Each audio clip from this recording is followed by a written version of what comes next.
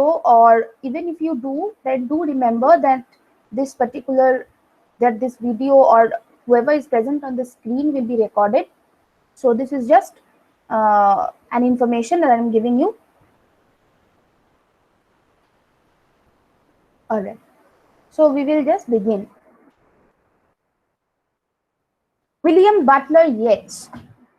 Now, William Butler Yeats, the time period during which he was living, that is 1865 to 1939, it was a very interesting time period. Like in the history of English literature, we have certain people who are born at one particular time, which time is common to both ages.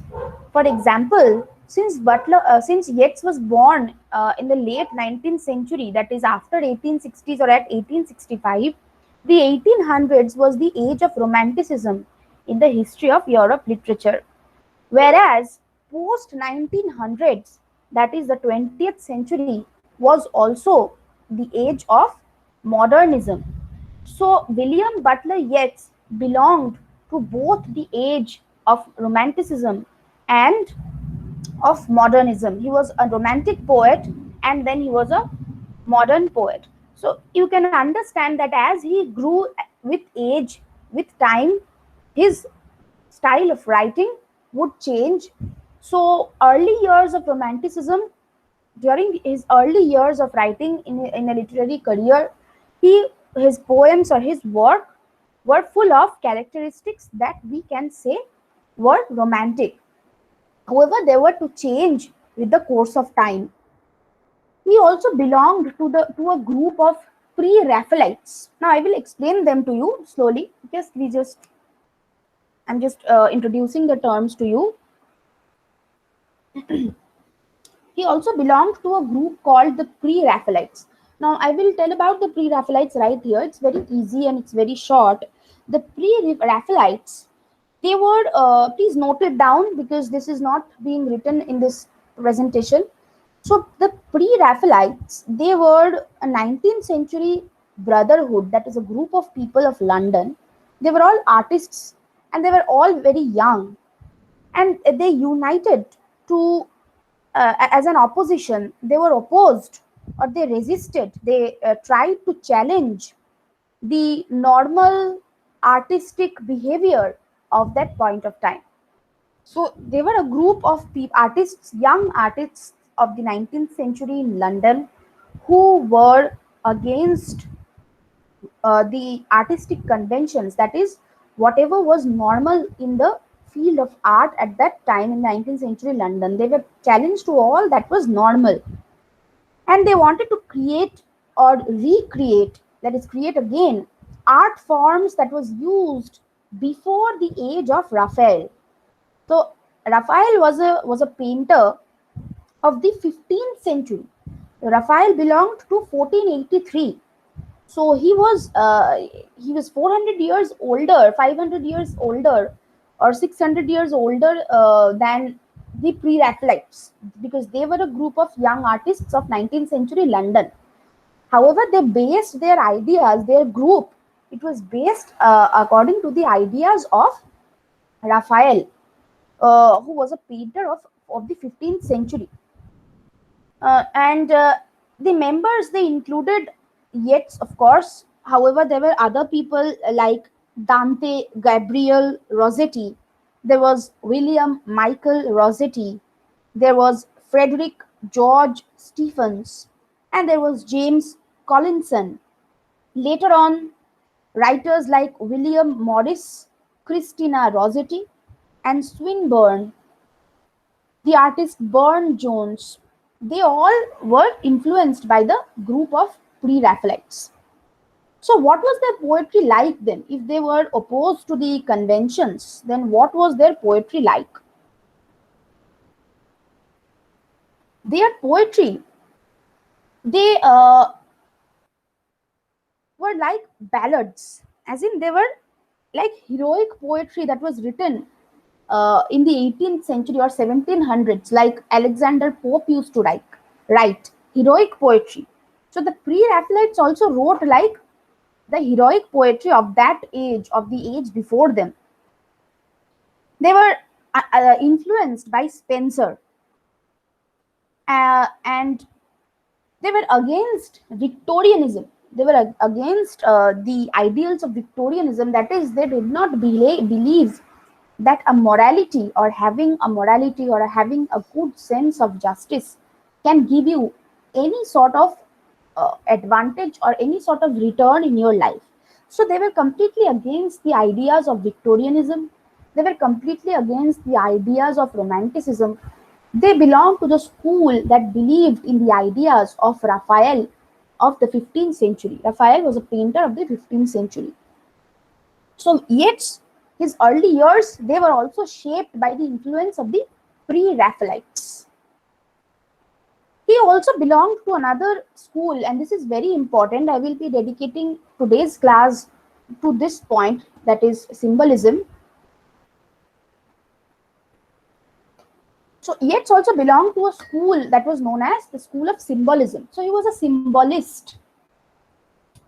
Uh, his poems, they were so much symbolic, or they were so much, how should I put it? They were so much at one or united with the ideas of this symbolist school, or of this symbolist movement in literature, that this person, that is Arthur Symons, dedicated his book on symbolism to Yeats.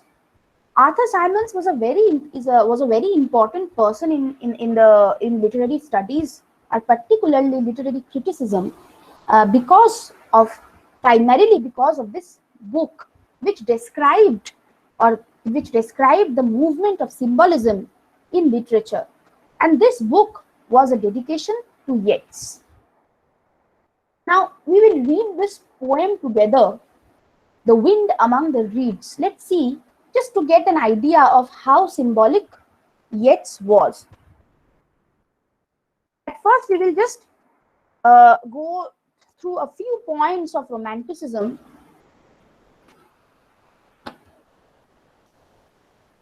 So the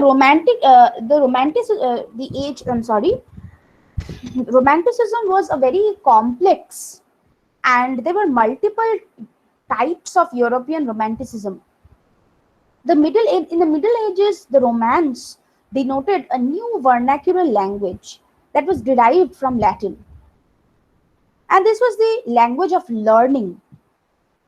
It meant to compose or translate books in the vernacular. Vernacular means the language that was spoken by the common people of the time in the Middle Ages. That was not Latin. Latin was the language of the learned. You had to learn Latin, and only officials and high-end people, or higher class people would speak them, would have the money to learn Latin and then speak it. However, the common and the poor people, they spoke vernacular. Means there were various languages. There are local languages. Like we have vernacular, we have local languages in our country.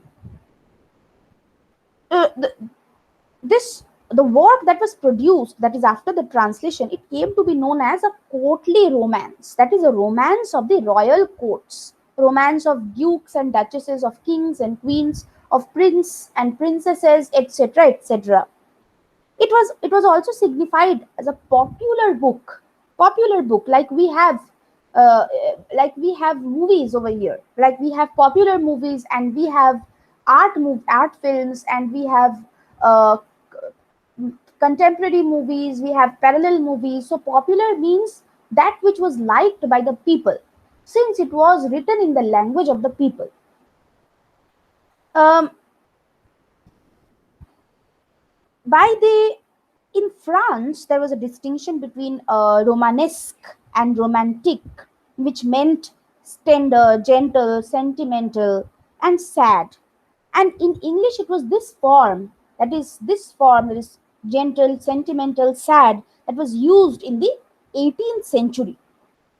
You can see that in the Elizabethan, it was the works that were called romantic were fanciful and they were comical. So in we can say that that which is romantic depicts emotional matter in an imaginative form. Who said this? Uh, a literary critic of European literature.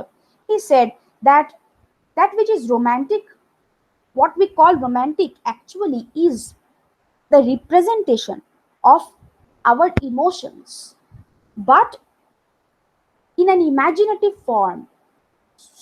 So the poet of a romantic poet would imagine our emotion and represent it in his own way. That is being romantic. Romanticism was in contrast to classicism also. However, if you are interested to know in details about this, you can ask me and I will give you an extra class. So I will not include the details in this class, but if anyone is interested, you can ask me for it.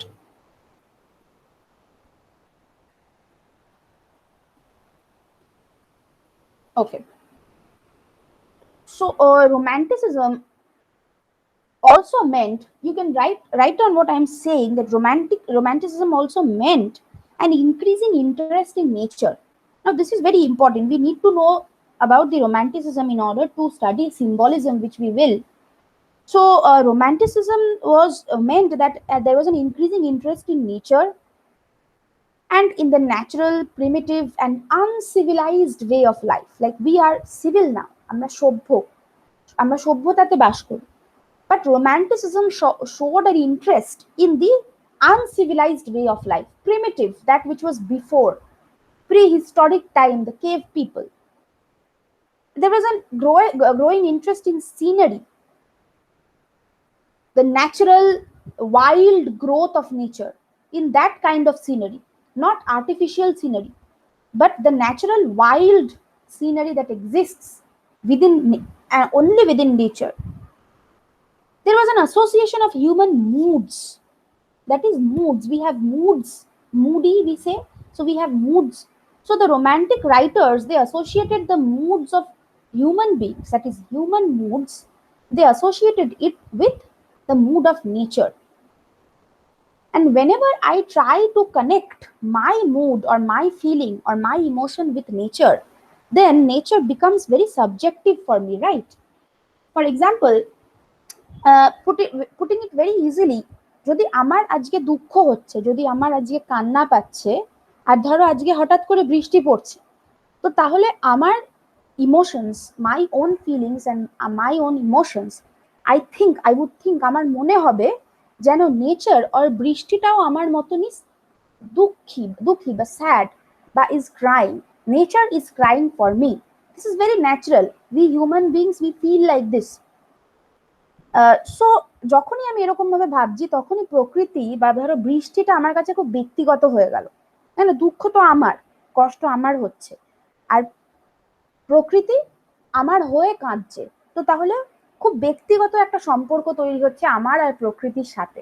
This is the essence of romanticism. This is the most important characteristic of romanticism, that is a subjective feeling for nature. প্রকৃতির জন্য একটা ব্যক্তিগত ভালোবাসা, সবার আলাদা হবে, তোমার আলাদা আমার আলাদা. ধরো যে পাহাড়ে থাকে, যে পাহাড়ে থাকে তার জন্য, প্রকৃতির জন্য ভালোবাসাটা অন্যরকম. আমরা যারা শহরে থাকি, আমাদের জন্য ভালোবাসাটা অন্যরকম. A person living in the mountains will never eat a packet of chips and throw the packet on the mountains, but we do that. Because for them, their relationship with nature is different, and my relationship or our relationship with nature is different. So romanticism saw subjective feeling for nature, and wherever there is a subjective feeling, there will be various representations. আমার ব্যক্তিগত সম্পর্ক প্রকৃতির সাথে, আমি অন্য রকম ভাবে, আমি একরকম ভাবে কবিতা লিখবো, তোমার ব্যক্তিগত সম্পর্ক প্রকৃতির সাথে, তুমি একরকম ভাবে কবিতা লিখবে. তো তাহলে যতগুলো সম্পর্ক আছে, যত মানুষ আছে, তত রকমের সম্পর্ক আর তত রকমের কবিতা বা তত রকমের art, what ever it is, তৈরি হতে পারে. This is what was known as individualism. I am writing this on the chat box. Just give me 1 second. Yes. Romantics, they had a subjective feeling for nature and interpreted it accordingly. So, nature could be interpreted as many number of times as there are people. This is known as the romantic individualism. Yes. Just check the chat box and you will see that I have defined romantic individualism. It is nothing but just what I said right now.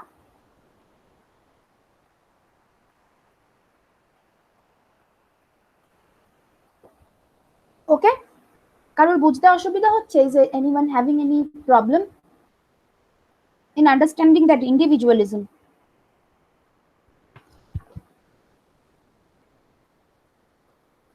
Okay. So in general, then Romanticism included, there was an intense focus on this human subjectivity or this individualism. Nature was seen as a storehouse of symbols. Nature was seen as a storehouse of symbols. So how we will see symbols of childhood, spontaneity, primitive forms of society. As I said, the Romantics had a love for the primitive forms of society. So if you read a poem by Wordsworth, William Wordsworth, you will understand what Romanticism is. Just go read any poem by Wordsworth from Google, and you will understand. This will be your homework then. Um, you are to read a poem of Wordsworth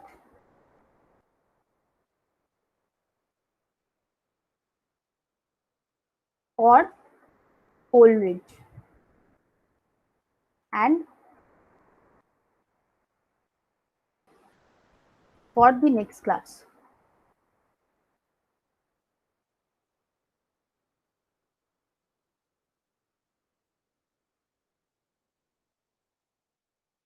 The and the most important characteristic of Romanticism was irony. That is, they were very ironical about the nature, about what they were writing. Irony means that I'm saying something and I'm meaning the opposite. So one of the major characteristic of Romanticism was this feature of irony. So let's just go to the previous slide and see. So I have covered Romanticism. So Yeats's early years were of Romanticism, and you can see that The Wind Among the Reeds, the poem that you have on your screen written, it is written in 1899. So this is of obviously early years of his literary career. You can understand he was born in 1865, and this is a poem written in 1899. So this you could directly connect with his early years of Romanticism. So let us read this poem together. Just give me a moment.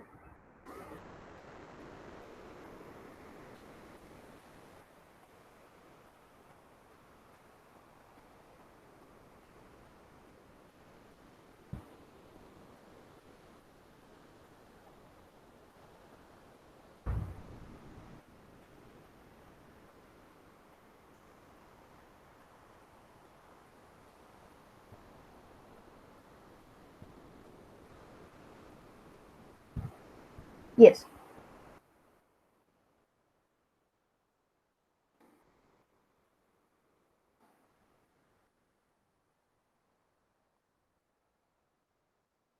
Okay. The song of Wandering Angus. This is The Wind Among the Reeds. That was a poetry collection, poem collection of the book, and this is the poem that I want us to read together. So we will read it together. The song of Wandering Angus. Wandering Angus. Angus is a mythical figure. He is a mythical figure and রূপকথার একজন চরিত্র. রূপকথা কোথাকার রূপকথা আমাদের না, in not of India. This is a Greek myth. A person, a character. Angus was a character of a Greek myth. So he's writing a song about this Greek character of Angus. He's saying, I went out to the hazel wood because a fire was in my head, and cut and peeled a hazel wand and hooked a berry to a thread. And when white moths were on the wing and moth like stars were flickering out, I dropped the berry in a stream and caught a little silver trout. So you can see that this is nothing but a romantic poem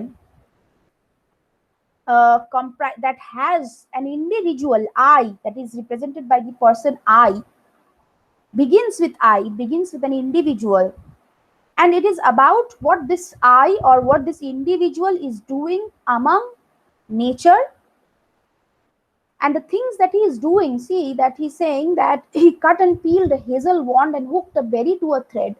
This is all primitive activity. Like in the modern world, these activities we do not participate in. So all the points that I mentioned in Romanticism, you will see they are here.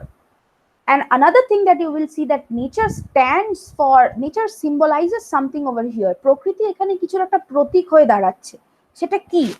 Let's see. When he's saying, when I had laid it on the floor, I went to blow the fire aflame, but something rustled on the floor and someone called me by my name.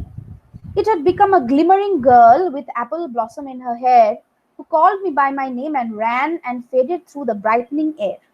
Though I am old with wandering through hollow lands and hilly lands, I will find out where she has gone and kiss her lips and take her hands and walk among long dappled grass and pluck till time and times are done the silver apples of the moon, the golden apples of the sun.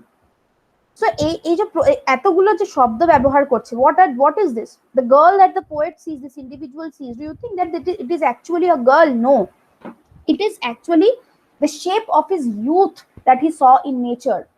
Because you see in the last paragraph he's saying, though I am old with wandering. So now he is old and he is remembering his youth when he used to spend among nature. So that girl, that the form of a girl that nature took in front of him, is a symbol of his youth. It is also a symbol that he is no longer young and now he is old, and what he is searching for is the days that were gone by. This is a very, very characteristic feature of romantic poems, the nostalgia for youth. Because if you are young, can you go for a nature adventure. Old age will take that one thing away from you, that is your ability to stay with nature, because nature is wild. You cannot tame nature. আমরা প্রকৃতিকে পোষ্য করতে পারি না. It will always be wild. However however we create gardens, and however we put artificial grasses on our rooftops, if it rains heavily, then if there is a storm, then it will break everything, however strong your building is. So nature can never be tamed. So this girl whom this individual cannot find is also us, who try to tame nature but eventually cannot. Now I will take some moment over here, about 2 minutes, and ask you all, do you have any problems up to here? Please speak up. Later on এই পার্টটা নিয়ে কিন্তু কিছু জিজ্ঞেস করতে পারবে না, because I'm giving you time to ask me questions. So up till now whatever I have said, whatever I have explained, did you have any problem understanding, or do you want me to repeat any particular part? So now is the time that you say, please.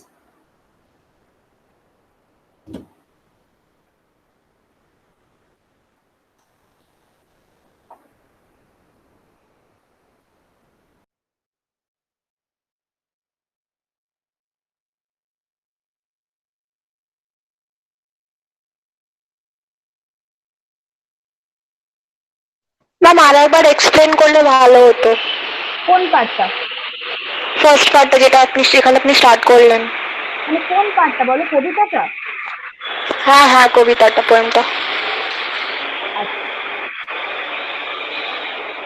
okay. Please mute yourself. I will explain. Yes. So this poem is a represented. First of all, this poem is written in 1899, which is the early year. Yeats's early.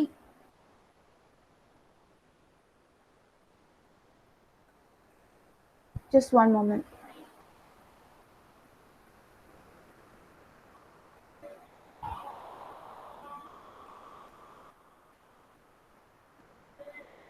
আচ্ছা, ঠিক আছে, let's continue.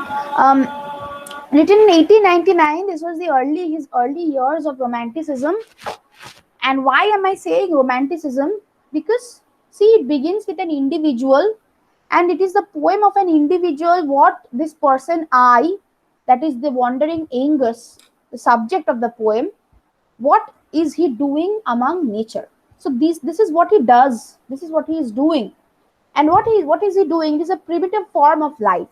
See, a fire was in my head, and cut and peeled a hazel wand, and hooked a berry through a thread. And when white moths were on the wing, and moth-like stars were flickering out, I dropped the berry in a stream and caught a little silver trout. So this is very magical. There is a fire on his head. Fire on his head is actually a symbol. Fire on his head means he was young and full of fire. Full of fire. We do say, আমরা বাংলাতেও এটা বলে থাকি, গরম রক্ত আমরা বলে থাকি. This term of fire is associated with youth. So when he was young, he used to do this. And later on, he remembers when he is old that he had seen a girl in shape of a girl in that hazelwood. So this shape of a girl is a symbol for two things. First is of his youth, which he misses, which he wants to remember again. And second is also the untamable nature, nature which cannot be controlled, nature which cannot be tamed. So this is what I said. Is it clear now? আর কোনো সমস্যা আছে?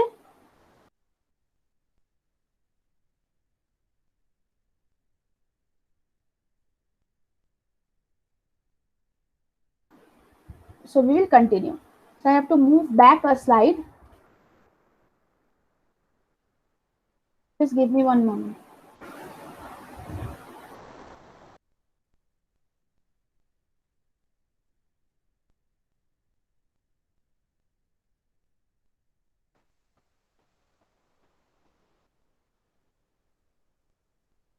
All right. Symbolism. So I've been talking using the word symbol and using symbolism. So Yeats also belong to the symbolist school. So what is the symbolism? Symbolism is to throw together, as you can see in the slide.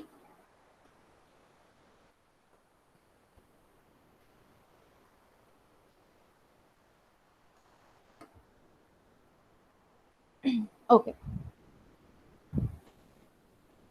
It can be an inanimate or animate object, means it can be a living thing or a non-living thing. It can be both. And both can be symbols which stands or represents something else. Now, Coleridge says that a symbol is characterized by a translucence of the special in the individual. Translucence means like the special. Imagine a bowl of water. Even imagine a bowl of muddy water. ঘোলা জল, একটা বাটিতে ঘোলা জল আছে. Muddy water, grimy water is there in a bowl. So it is a bowl full of dirty, muddy water. However, there is a pearl at the bottom of the bowl. Mukto. There is a pearl hidden at the bottom of the bowl. So when you are standing on top of the bowl, you can see the shining, or you can see the shine of the pearl. একটা হালকা কিছু চকচক করছে. You can see the shine of the pearl even through that muddy water. So when you can see this pearl or something shining through or glowing through something else, that is the muddy water which you cannot see through, which is which is hindering or which is challenging your vision, which is a challenge to your vision, the muddy water. But in spite of that, you are able to feel that shine of the pearl. That is translucence. That shining that you can see through that muddy water is the translucence. And this translucence is of the special. That is, the pearl is special in that bowl. So, when I am an individual and I have something special in me, it does not mean that I am all good, that I am always special. I have some bad qualities about me. I have certain characteristics which other people do not like. I can get angry. I can shout. So, they are not all the good characteristics of an individual. But I have something good hidden inside of me, something special hidden inside of me. And when that special comes out slowly, that becomes a symbol for my humanity, right? That becomes a symbol of my humanity. And it is the job of a poet to bring that special in the individual out for everyone to see. That is what Coleridge said symbolism was. A literary symbol. Sorry. So, action. For example, I will give you an example. I will give you for certain examples of symbolism. For example, scales, মানে আমরা যে দাড়ি পাল্লা হয়, scales, that is a symbol for justice, right? A dove, the bird dove is a symbol for peace. A lion symbolizes strength and courage. The rose symbolizes beauty. The stars and stripes, they symbolize the United States of America. The swastika, the symbol of the Nazi cross, it symbolizes Germany and dictatorship. Actions can also be symbolic. For example, if I am showing my fist to you, it shows that I am angry. It shows my aggression.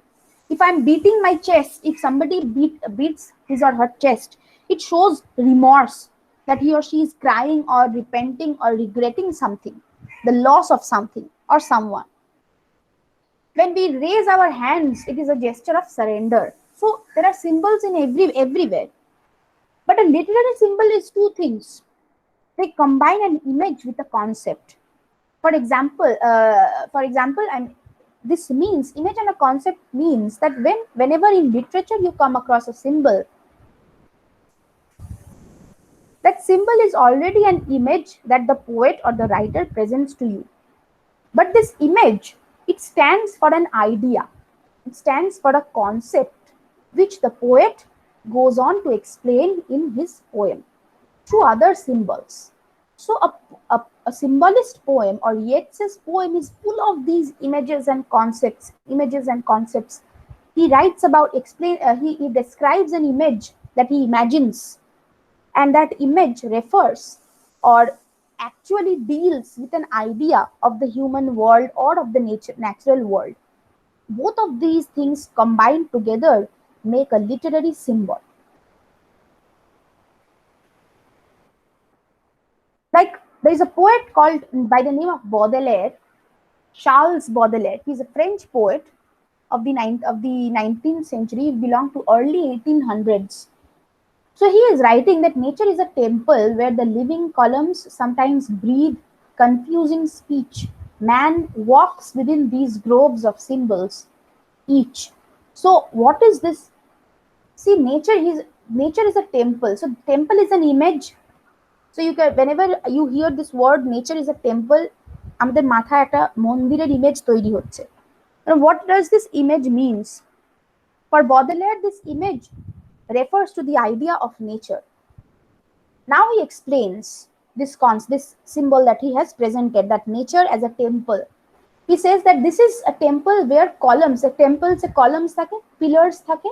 So nature has so many aspects. It has forests, it has mountains, rivers, lakes, human beings. They also belong to nature. The land is nature, air is nature. So these are the pillars of nature. These are what make nature. And nature is sometimes confusing to us. We cannot understand the law of nature all the time. However, we men, we walk among these groves of symbols. We walk among nature, which is full of these symbols that Baudelaire would write about in his poem. This is just an example of how a literary symbol works. Is it কারোর কোনো সমস্যা বুঝতে? Please ask me to repeat and I will. Okay. Otherwise, I'll continue. If you want to stop me, just unmute yourself and ask me to repeat. Otherwise, I'll continue.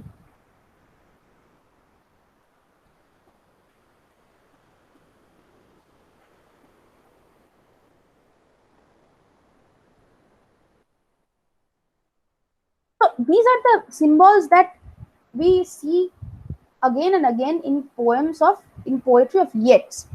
The sun, the moon, a tower, mask, tree, winding stair, hawk. For Yeats, symbolism is very, very important. For Yeats, poetry moves us. That is, poetry arouses emotions in us because of its symbolism. For Yeats, symbols were so important that they formed the primary or the most important aspect of a poem. We have gone through this. Okay. Now, this is the second section of this lecture. Yeats's philosophy. Up till now, is it clear? I'm asking again and again. এখনো অবধি সব clear আছে? Okay.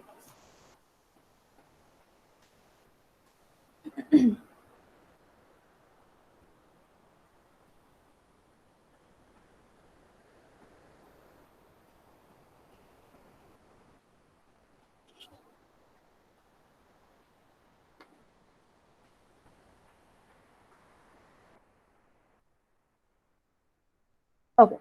So in this section, we will learn why we learned about symbolism and we learned about romantic poems, and now we are going to see why was symbolism so important for Yeats. What was the purpose of Yeats's symbolism, particularly of Yeats? So what is he writing on the screen?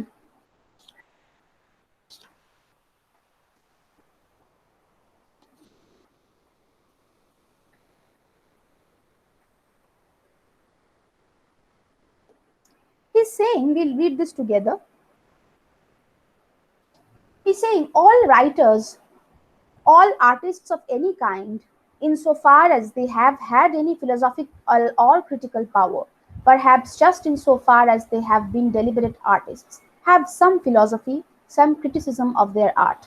And it has often been this philosophy or this criticism that has evoked their most startling inspiration, calling into outer life some portion of the divine life, of the buried reality, which could alone extinguish in the emotions what their philosophy or their criticism would extinguish in the intellect. So, what is he saying up till now? So, for Yeats, all artists who have had some philosophy in their life, and according to him, all artists have some philosophy or some critical power. No artist is without philosophy or no artist is without critical power. And it is from this philosophy and critical power that they get their most inspiration from. They are most inspired by their own philosophy and by their own critical power. And by this inspiration, they are able to explain in words outer form, calling into outer life. So, what is this outer life for an artist? For a poet, it is his poetry. For a painter, it will be his painting, and so on and so forth. So, by this inspiration, which a poet, I will say a poet over here because Yeats was primarily a poet. So, by this inspiration that a poet gets from his own philosophy and from his own critical power, he is able to bring into his poem a portion of the divine life. That is the poet's connection, that is the poet's relation to this divine life, which is nothing but nature. Nature is worshipped. We worship nature. There are many tribes of India that worship nature. There are many old clans, older tribes, primitive tribes. They used to worship nature. right? They used to worship nature. They were the old gods. Now we have idol worship, but before, the cave people, they did not have any idols. They did not have the figure of Christ to worship. They did not have the figure of Durga to worship. So they worship nature because it was amongst nature that they found their life. Nature provided them with everything. Okay. So via this inspiration, they are able to represent this form of divine life or their relation with nature, which is also buried, which is hidden, until and unless you evoke it, until and unless you call this inspiration, this reality or this connection, this relation with divine life or nature remains hidden. They, then he says, they have sought for no new thing, it may be, but only to understand and to copy the pure inspiration of early times. That is what I just said, that the primitive times where they used to worship nature. So these poets, according to Yeats, these writers are all writers. They want to understand and to copy what the early people or primitive people from the primitive times used to do. But because the divine life wars upon our outer life and must needs change its weapons and its movements as we change ours, inspiration has come to them in beautiful, startling shapes. So he says that since times are always changing, the forms of inspiration also change. And since this divine life or since this hidden nature is always at conflict with us, that is, we are always fighting with nature, we are always trying to tame nature, but nature does not tame itself. Nature is wild and it wants to stay wild.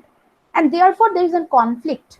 So, whenever we or whenever these artists they try to bring out this divine life, they figure they understand that there is a conflict that always exists as times change.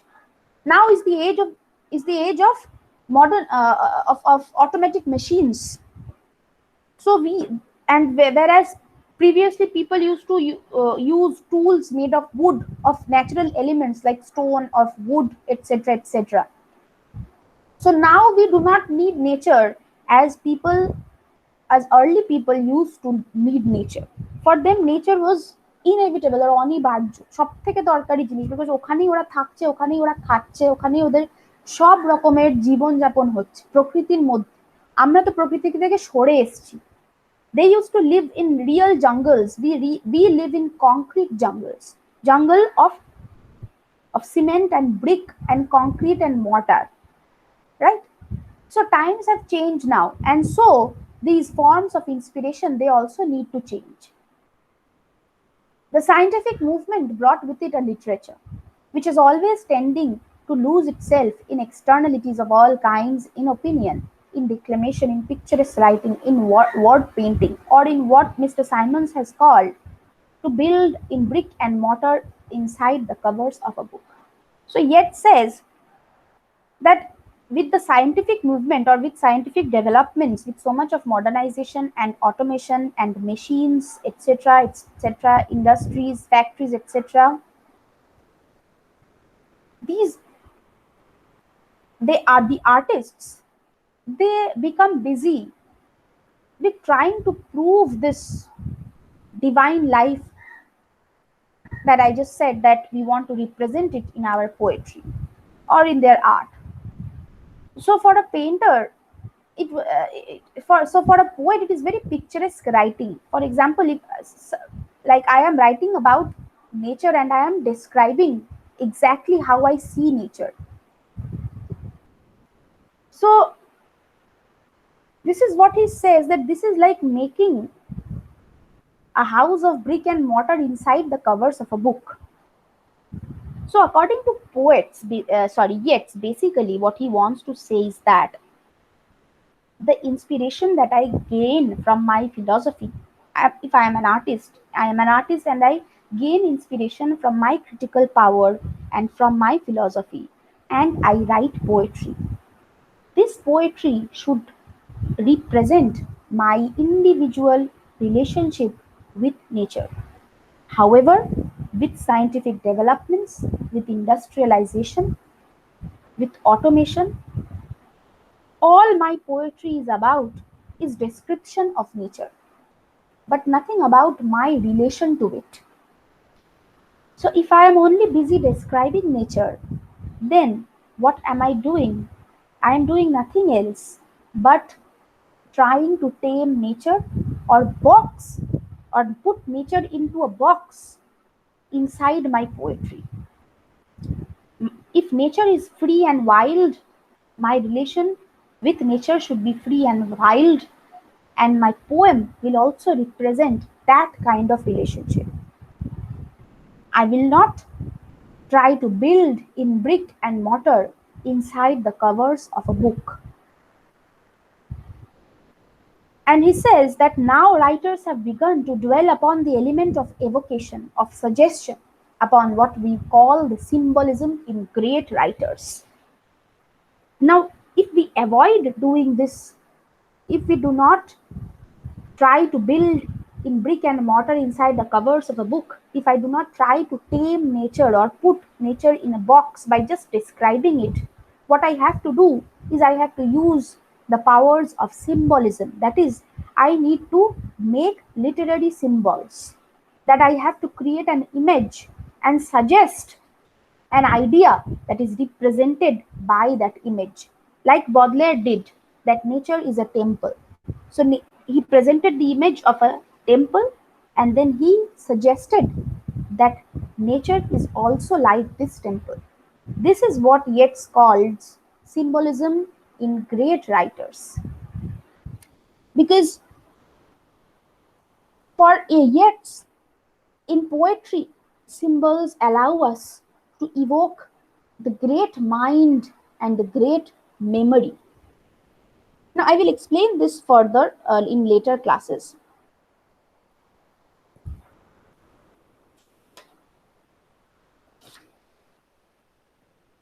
So, I'm just moving on.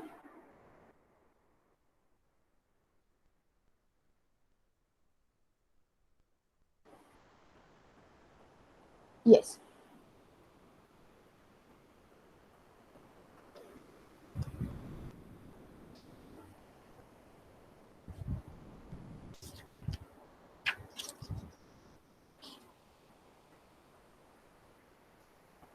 Okay. One of the very important purpose of Yeats's symbolism was to bring out this Celtic imagination. The Celtic imagination is nothing but the imagination of a race of Celts. The Celtsরা কারা ছিল? They were European tribes or clans of very old 800 century, 800 BC, তারপর আস্তে আস্তে 400 BC, আস্তে আস্তে 200 BC, তখনকার মানে before Christ error সময়, when Europe was just in formation and forming itself, there were various tribes and clans that were coming from all over the world and trying to settle in Europe. So the Celts were one of those tribes, they were one of those clans. And this Celtic imagination was very important for Yeats. Now I want to read this, or I want to explain this Celtic imagination to you, but it will take time, and I don't want to start and then not end it. So just I will just explain this slide, and then we will stop. I will just explain, and I will start with this slide in the next class as well. I will explain this again. I will just summarize whatever written in this in easy form, and then we will continue with this slide from the next class. So the Celtic imagination was characterized with passion for nature and imaginativeness and melancholy. The Celtic imagination is looking at nature without ecstasy. This is an imagination of a person who looks at nature in a modern way, in a way which is poetical. But my interest, or the interest of the poet, will lie in other men, that is, relationship among individuals, rather than only with nature, which today in the modern world is no longer friendly or present. আজকের দিনের প্রকৃতি, আজকে আমাদের কাছে প্রকৃতি because nature is both. Nature is the natural element of the world, nature is also human nature. মানুষের প্রকৃতিও হয়, আবার সাধারণ প্রকৃতিও হচ্ছে।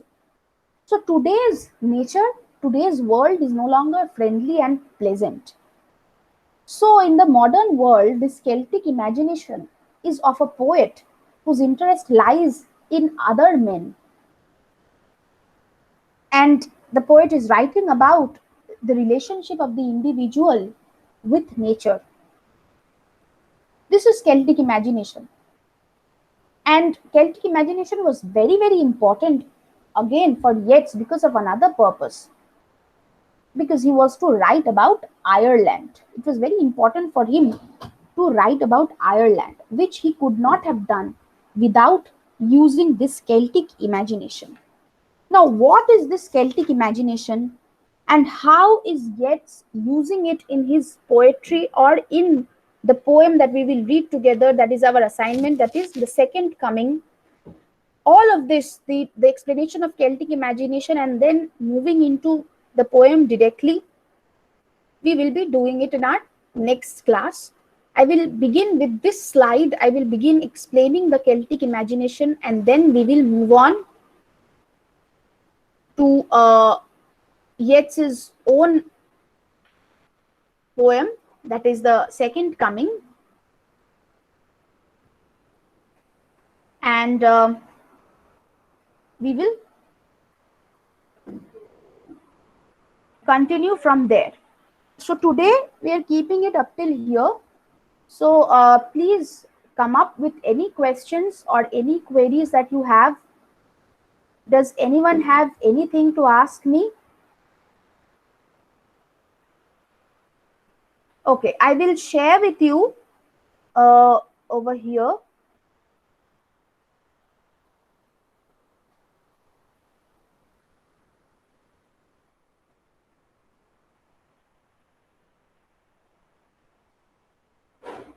Just give me a moment.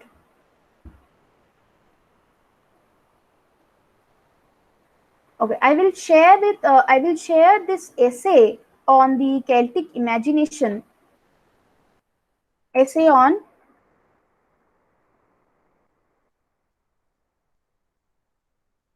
the Celtic imagination. I will share this with you in the group, and I have marked the important portions of that essay. I will not send you the entire essay also. I will send you just a part of the essay and only read the portions that I have underlined, so that the next day that we come and study together will be easier for you and not very difficult. Just I will take a screenshot of you. Okay. So we will keep it till here for today. And this recorded class will be uploaded soon so that others can go